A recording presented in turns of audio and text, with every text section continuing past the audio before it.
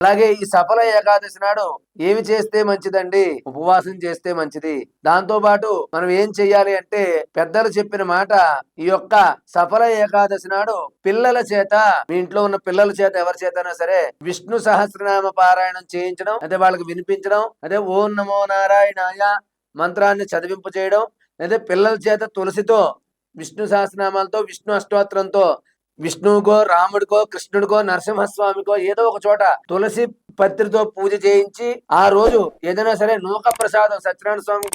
వ్రతాన్ని చేస్తాం కదండి, అటువంటి ప్రసాదాన్ని చేసుకుని నివేదన చేసుకోవడం. అలాగే మీ పిల్లలు వీలైతే ఆ రోజు పసుపు రంగు వస్త్రాలు ధరించమని చెప్పండి. అదే పసుపు రంగు కండు ఆ మెడలో వేసి చిన్న గంధం బొట్టు కుంకుమ బొట్టు పెట్టి వాళ్ళకి నేను చెప్పిన పూజా విధానం జాగ్రత్తగా చేయించి ఓం నమో నారాయణాయ అనే మంత్రాన్ని ఒక 27 సార్లు జపించుకుని ఈ యొక్క ఏకాదశి నాడు ఓం నమో నారాయణాయ మంత్రాన్ని 27 సార్లు గాని 21 సార్లు గాని జపించుకుని అలాగే విష్ణు సంబంధమైన దేవాలయానికి మీ పిల్లల్ని రామాలయానికో కృష్ణాలయానికో నరసింహస్వామి గుడికో వెంకటేశ్వర స్వామి గుడికైనా తీసుకెళ్లి వాళ్ళ గోత్రనామాలతో అర్చన చేయించి ఆ రోజు వాళ్ళకి సాత్వికంగా అంటే ఉల్లిపాయ అది అంటే మసాలాలు అవి లేకుండా సాత్వికమైన శాకాహార భోజనం పెట్టి వాళ్ళని ఒక్క రోజైనా నియమంగా ఉండమని వాళ్ళ చేత దేవాలయంలో గాని ఇంట్లో గాని ఆవురేతితో దీపం పెట్టించి ఆ యొక్క విష్ణు సంబంధమైన స్తోత్రాలు చదివించడం వినిపించడం వల్ల మీ పిల్లలకు మంచి జ్ఞానం వస్తుంది.